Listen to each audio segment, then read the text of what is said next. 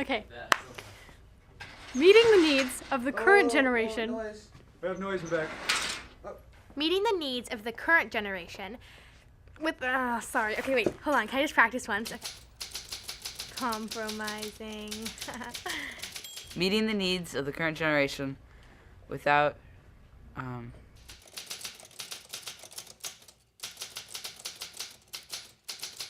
Definition of sustainability. Sergio. Without compromising the ability of future generations. Meeting the needs of the current generation without compromising the ability of future generations. Meeting the needs of current generations. Okay.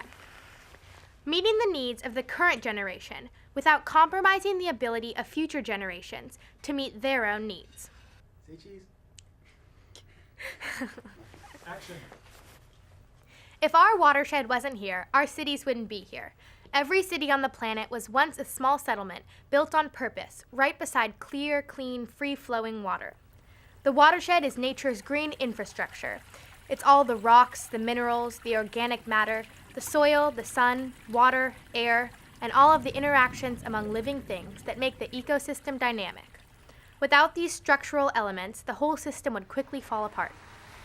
The structural elements in a city, or gray infrastructure, include road, sidewalks, parking lots, buildings, pipes, and electrical wires, without which the city couldn't function. The question is, how can we integrate the gray infrastructure of cities with the green infrastructure of nature? Or, look at it this way.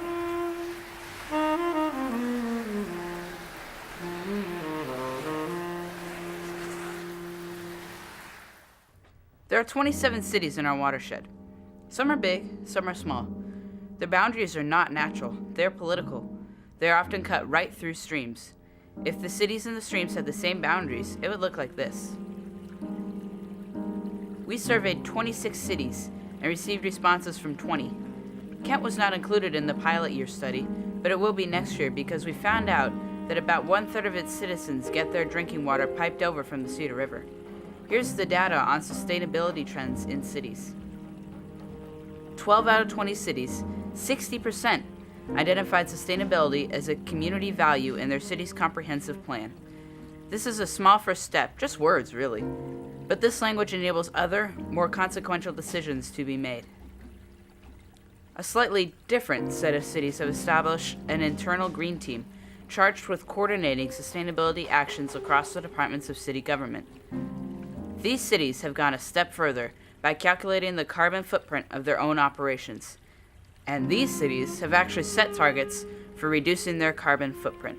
Seattle is the first city to establish green building codes. 45% of the rest of the cities provide incentives and offer green building guidelines, but this does not require developers to build green. It only encourages them. The remaining 50% of the cities do not yet have green building codes or incentives in place. 6 cities have chosen to challenge themselves in an area where they have more direct control, how they build their own city buildings.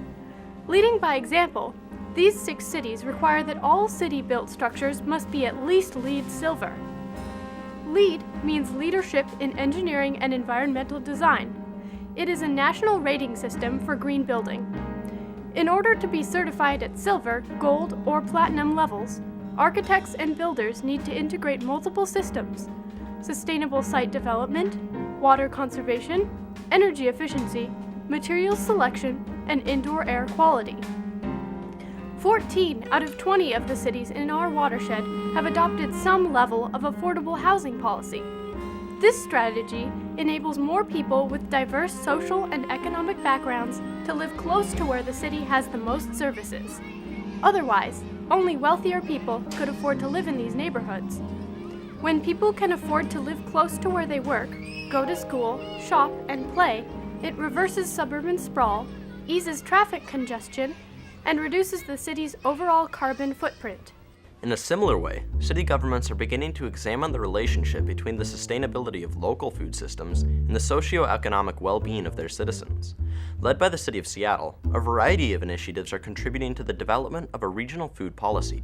Components of this strategy include increased connections between our rural and urban areas. The farmers and the consumers. Supporting local farmers also helps protect green spaces for healthy soils and a healthy watershed, rather than letting cities sprawl haphazardly. Support for farmers markets brings local neighborhoods into a greater sense of community with each other and the people who grow their food, as well as economic benefits to local farmers and their families. Additional jobs are created in food production, processing, distribution, organic restaurants, grocers, and food scrap composting. And new partnerships are connecting major institutions, such as schools, hospitals, and jails, to locally grown food. Encouraging more community gardens and abandoned lots or small plots helps feed local people and integrate immigrant populations, while also absorbing carbon dioxide and holding more rainwater in the soil, rather than having it run off on paved areas. Growing more local food means that food travels shorter distances, reducing environmental impacts, minimizing energy use, and reducing food waste. Integrating and expanding all these systems improves the security of our local food supply in the event of a major disaster. And local food initiatives bring good, working soil back into the city, increasing our awareness and sense of shared responsibility for the stewardship of our watershed resources. Another significant trend is the evolution of low-impact development strategies. The goal of low-impact development, or LID, is to build buildings and roads and parking lots in a way that has the lowest possible impact on the natural flow of water across the landscape. It's easy to forget that every square foot of cities we live in is a part of the drainage of the watershed. A watershed is not the river. It is the entire landscape that drains towards the river or infiltrates into the soil to recharge the groundwater. It is the land, all of the land, whether it's a parking lot or a park or a pipe or a free-flowing river. Low-impact development strategies try to mimic the pre-development hydrology by holding rainwater on site, giving it time to infiltrate like it would have under natural conditions in a forest or a meadow with rich, healthy soils.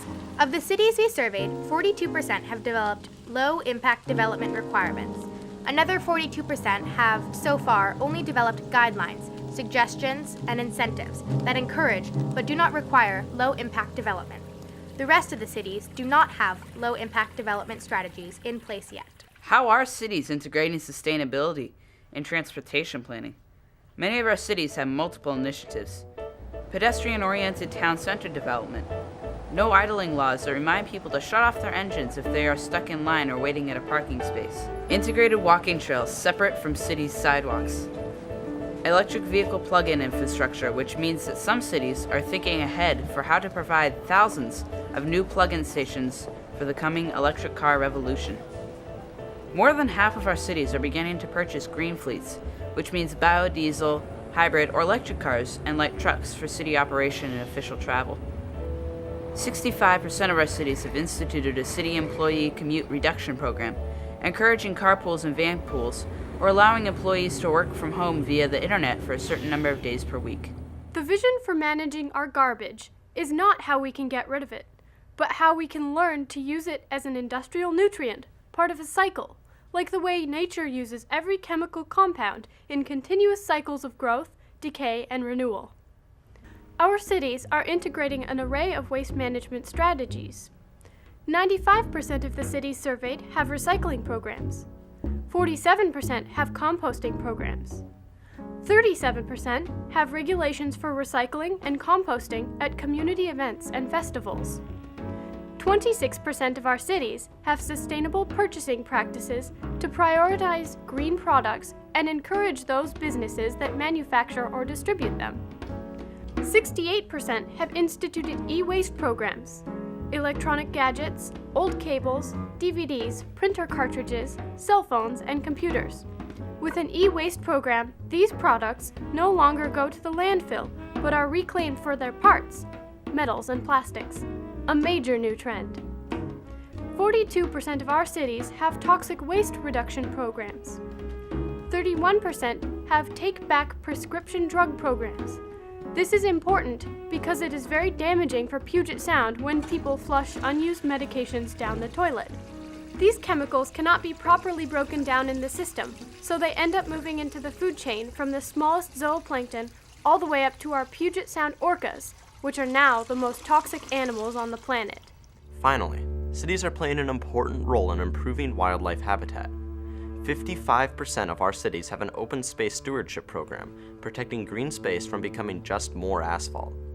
70% have specific programs for salmon and stream habitat restoration. 80% have instituted the practice of planting native species in city-managed green spaces, which increases wildlife habitat and reduces the need for extra irrigation. 55% support natural landscaping and yard care programs for homeowners. 60% have pet waste education programs and scoop laws, and 45% have programs to retain or expand urban forest. Bringing the forest back into the city not only makes your community more beautiful, but the trees help to sequester carbon dioxide, a double gift. In 2009, the sweet spot just got a little sweeter.